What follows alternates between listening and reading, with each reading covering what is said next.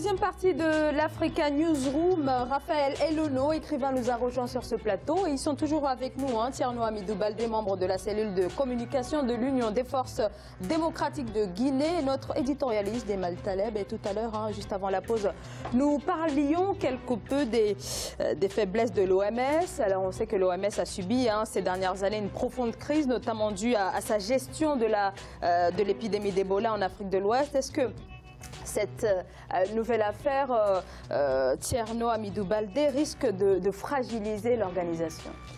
Moi, je pense que plutôt ça va dans le bon sens, notamment de changer leur façon de faire et leur façon de réfléchir. La prise en compte notamment des critiques des uns et des autres dans le monde, des ONG, des personnalités, de la recherche, notamment dans le domaine de la santé. La prise en compte de toutes ces remarques-là permet au directeur notamment de l'OMS d'entrer dans une nouvelle étape de restructuration, notamment de sa structure, qui, quand même, dont la mission elle est importante, qu'on attend beaucoup d'elle, et c'est pourquoi nous la critiquons, c'est pourquoi nous voulons qu'elle aille de l'avant. Raphaël Elono, le fait d'avoir annulé la nomination du président Robert Mugabe, ça reste un signal fort envoyé par l'OMS, comme quoi ça serait une organisation qui serait à l'écoute de l'opinion mondiale? Je ne sais pas si c'est un signal fort ou pas, mais bon, quand ils ont nommé Mugabe, ils avaient bien certains critères en main. Mugabe, c'est pas n'importe qui. J'ai suivi le débat tout à l'heure dans les coulisses et je crois que je partage tout à fait l'avis de M. Jemal Taleb, puisque ce Mugabe-là, il a quand même un passé, mais bon. Sauf qu'on peut lui reprocher le fait que ce nonagénaire essaie de se fossiliser au pouvoir. Il se fossilise d'ailleurs. Et l'OMS croyait peut-être redorer son blason en nommant Mugabe. Et là, patatras, tout tombe. Et voilà je ne crois pas que c'est ça pour... Déjà que le grief qu'on lui a formulé vis-à-vis de l'Ebola était vraiment n'était pas déplacé, parce qu'il a carrément laissé mourir des familles entières. Et quand les Occidentaux se sont vus attaquer, c'est là où on a vu l'OMS réagir. Et quand il y a 2 poids 2 mesures, ce n'est pas une bonne chose. Jemal? J'aurais bien juste aimé que l'OMS s'occupe un peu plus des maladies négligées, c'est-à-dire les maladies des pauvres, au lieu de se créer des polémiques dont elle peut se passer, dont le bilan ne l'agrandit pas, ne l'honore pas et, pardon, humilie un chef d'État africain. Alors, en début d'émission, vous l'avez encore dit il y a quelques secondes, vous parlez d'une décision humiliante de la part de l'OMS. Au Zimbabwe, Jonathan Moyo, un membre du gouvernement, a immédiatement réagi à ce revirement de situation de l'OMS. Il a fustigé la décision de l'organisation. Quelles conséquences peut à présent avoir cette décision dans les relations entre le Zimbabwe et l'OMS ? Mais je précise que le Zimbabwe est un pays fragile, fragilisé, isolé, affaibli. Il est mis au banc de la communauté internationale, si ce mot veut dire encore quelque chose. Et donc évidemment, qu'est-ce que vous voulez qu'ils disent? Ils vont sans doute crier, hurler, mais alors personne ne les entendre, puisqu'ils ne sont pas, encore une fois, dans la pensée dominante. Et que, pardon, je le précise, ils ont des choses à se reprocher. Le président Mugabe a beaucoup de choses à se reprocher. Donc j'aurais aimé, moi, que le président Mugabe, pour que demain nous le soutenions tous dans les conditions qu'il a été, et que notre soutien mérite le passé, ou soit plutôt en relation avec le passé qui est le sien, qu'il change les choses, qu'il modifie des situations. Pardon, il y a des situations qui lui ont été imposées, qu'il n'a pas cherché, qu'il n'a pas voulu. Ces situations qui lui ont été imposées le sont de façon honteuse et humiliante. Mais lui est responsable beaucoup de ce qui lui arrive aussi depuis quelques années. Il peut évidemment faire une réforme agraire, il n'est pas obligé de tuer les Blancs. Il peut changer évidemment la politique agricole, il n'est pas obligé de spolier les gens. Il peut changer son pays sans devenir une dictature. Mais tout ça, je le pense. Et je pense aussi que sa femme et le rôle joué par sa femme n'est absolument pas à la hauteur du passé qu'elle sien. Mais pardon, permettez au petit Africain que je suis de ne pas oublier Lazanou, Lazapou, Joshua Nkomo, pardon, Samora Machel, pardon, Mandela, Oliver Tambo et tout ce qu'il a été et que pardon, cet homme qui a été de l'envergure de Robert Mugabe ne soit pas humilié de la façon la plus vulgaire.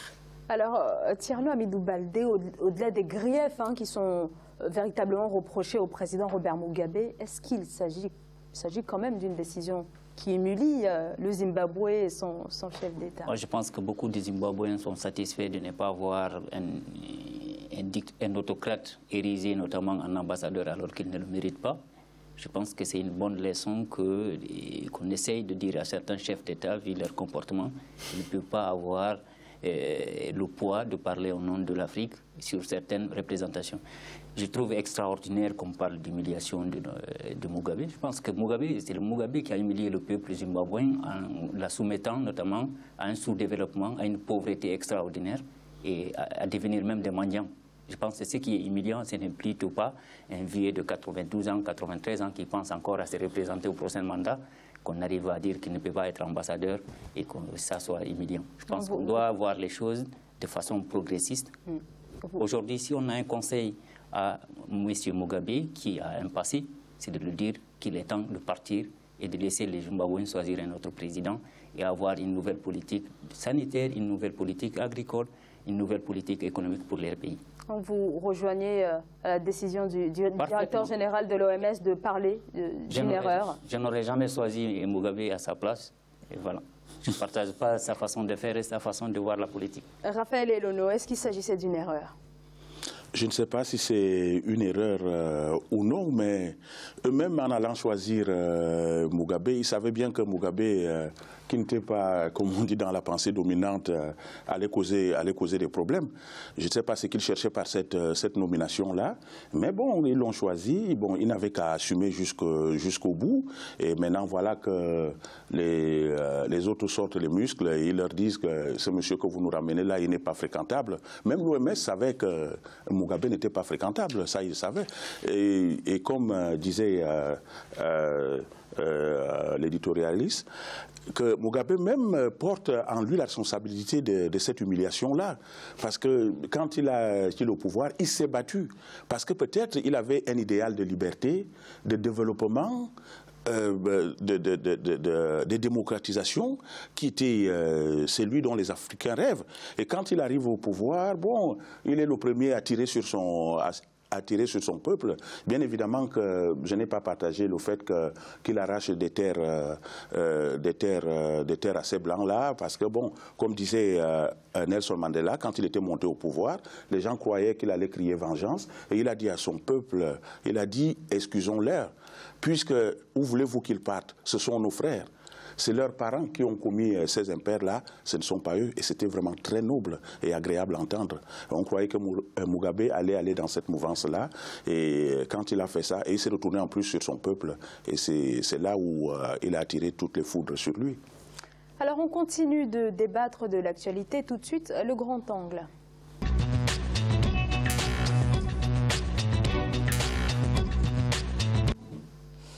La Banque africaine de développement adopte une nouvelle stratégie pour accroître la production agricole africaine, une stratégie qui s'appuie en grande partie sur la technologie. 25 pays souhaitent d'ores et déjà l'expérimenter. Il s'agit pour la BAD d'un pas de plus vers sa volonté d'aboutir à l'autosuffisance alimentaire du continent africain. Ibrahima Djoumaba.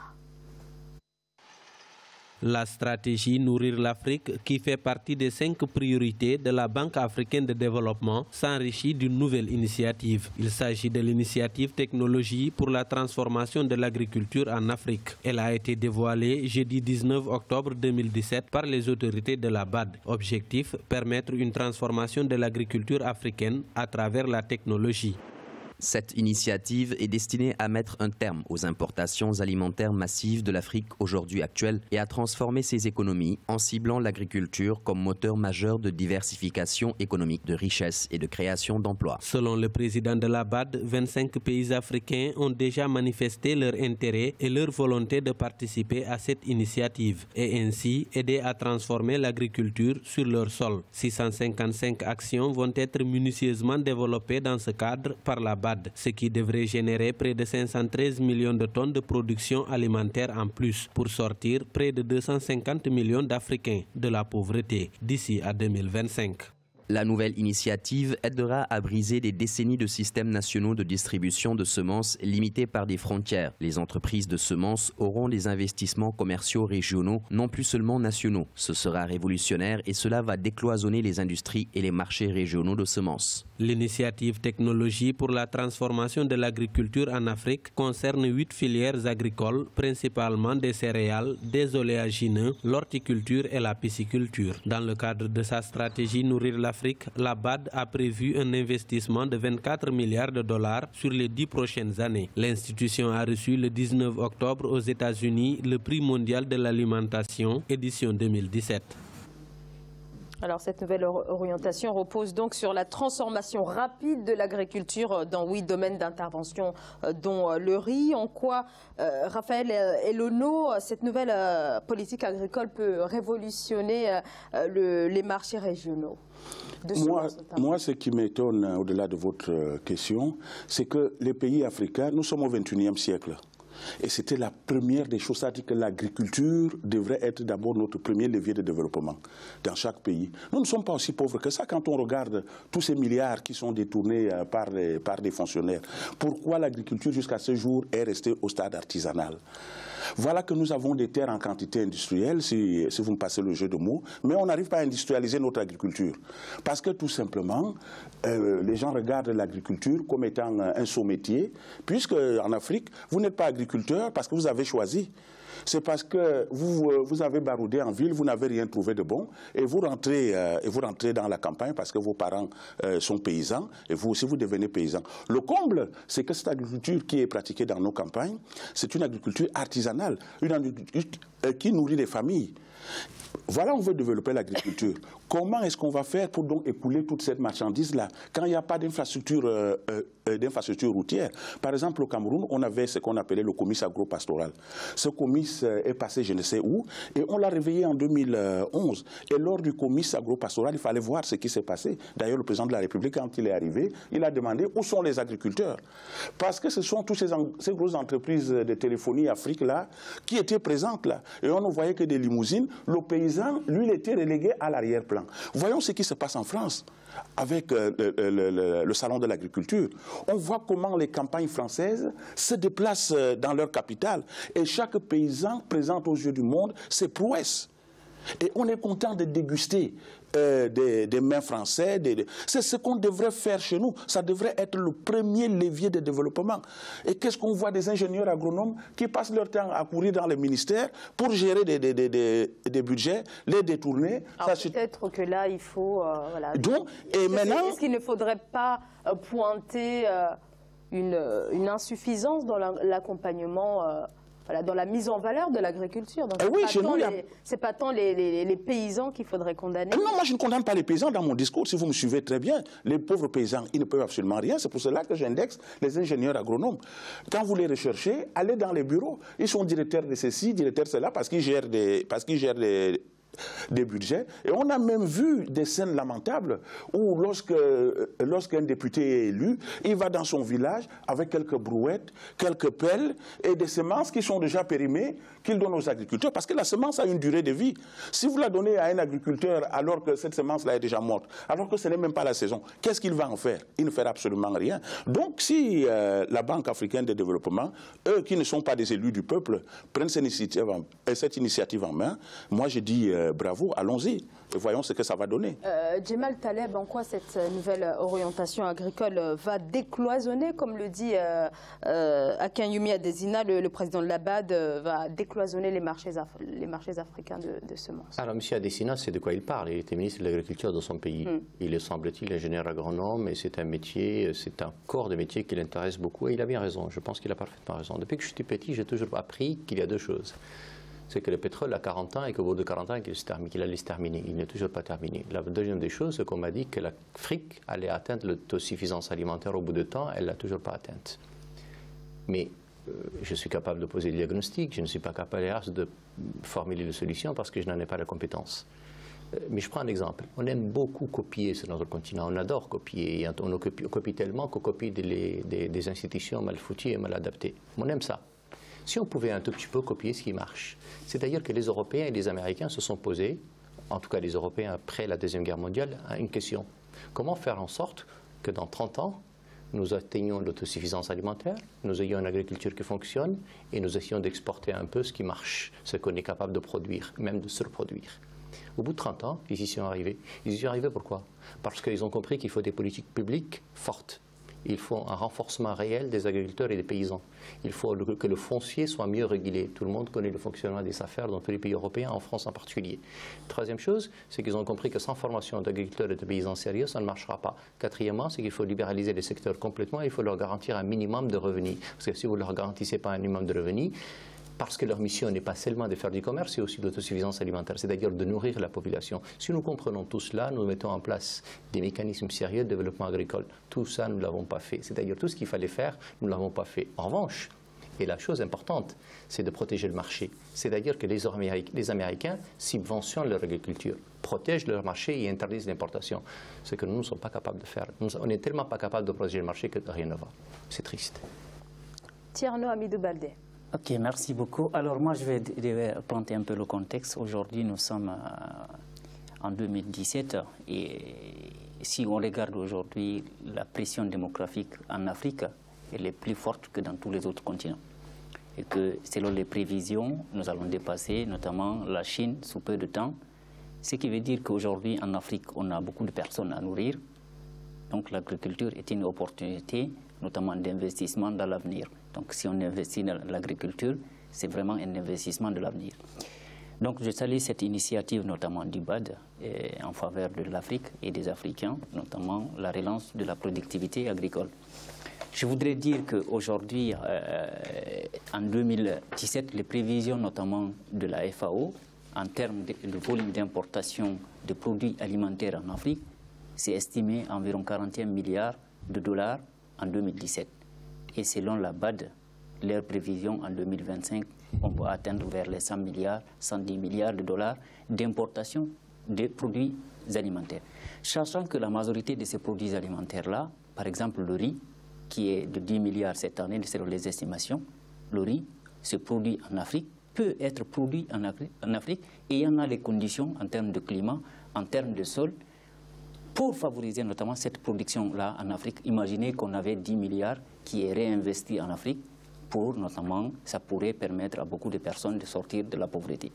Malheureusement, les 41 milliards en 2017 ou 100 milliards à venir seront investis dans d'autres pays. Donc on achète en Chine, en Asie, et l'argent là est parti là-bas pour créer de la croissance et ne pas créer cette croissance-là en Afrique et de façon durable et permettre à beaucoup de personnes d'avoir de l'emploi et sortir de la pauvreté.